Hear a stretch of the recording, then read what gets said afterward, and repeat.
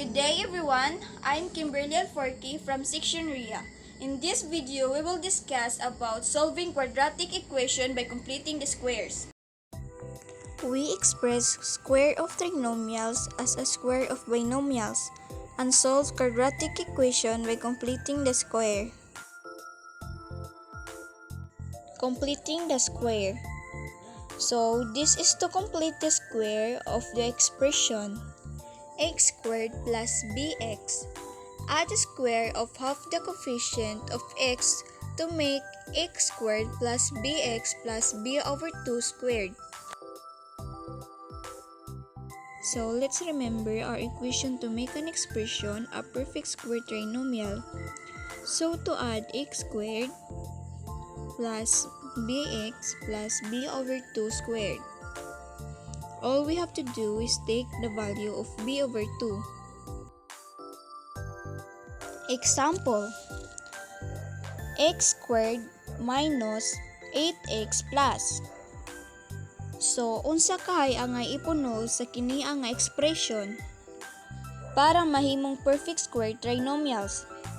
So, gamit ganiha nga equation, kuhaon nato ang value sa b.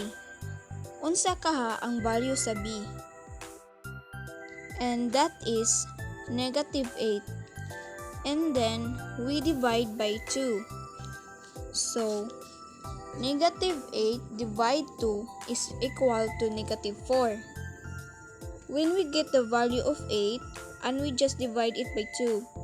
So, negative 8 divide 2 equal negative 4. After that, i-square na to ang negative 4. So, i-square na to ang negative 4. Negative 4 squared equals 16. Para asa si 16? This is 16. He is what we will add here to our expression. So, we will add that. So, it will be like this. X squared minus 8x plus 16. Okay. That means this is one of the perfect square trinomials. How did we get the 16 again? First, let's take the value of b. Then we just divide by 2. So the answer we squared is what we add to the expression to make it a perfect square trinomial. So how do we get its square of binomials from perfect square trinomials? So let's just take the square root of this and the square root of 16. So how can we take the last term or your constant term again? Take the square root of that, which is 16. Square root of 16 is 4. When we take the square of binomials, it will be x minus. So, nganong minus man na siya? Kay kini man imong sundon nga sign, so x minus 4 squared. Next, we have x squared plus 3x. So, unsa tong unang buhaton? Gamit gyapon sa katuwa nga equation, so mauni ang value sa b. Pagkuha na to sa value sa b, i-divide na to sa 2. Since dili exact ang answer nila, so kini mismo atong gamiton, si 3 over 2. So squared na to si 3 over 2. 3 over 2 squared, that is equal to 9 over 4. Ngano? 3 times 3, that is 9. 2 times 2, that is 4. So again, nakuha na nato ang squared. So, kabalo na ta unsay angay ipuno sa kini nga expression. Expression is 9 over 4. So, unsa kaha atong expression? X squared plus 3x plus 9 over 4. So, sana kini ka perfect square trinomial. Unsa ano to pagkuha ang square sa binomial? Kuhaon na to ang square root. So, by the way, maura ni. x plus. So, nganong plus man na siya? Tungod kay positive sign man eh. So, x plus 3/2 squared. So, gitudluan na ta mo o kung saan pagkuha ang perfect square trinomials.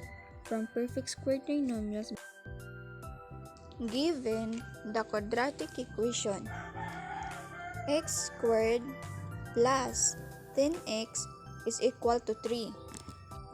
Mao nga kung atong sulbaron ang usa ka quadratic equation gamit ang pagkumpleto sa square, kinahanglan kini nga format.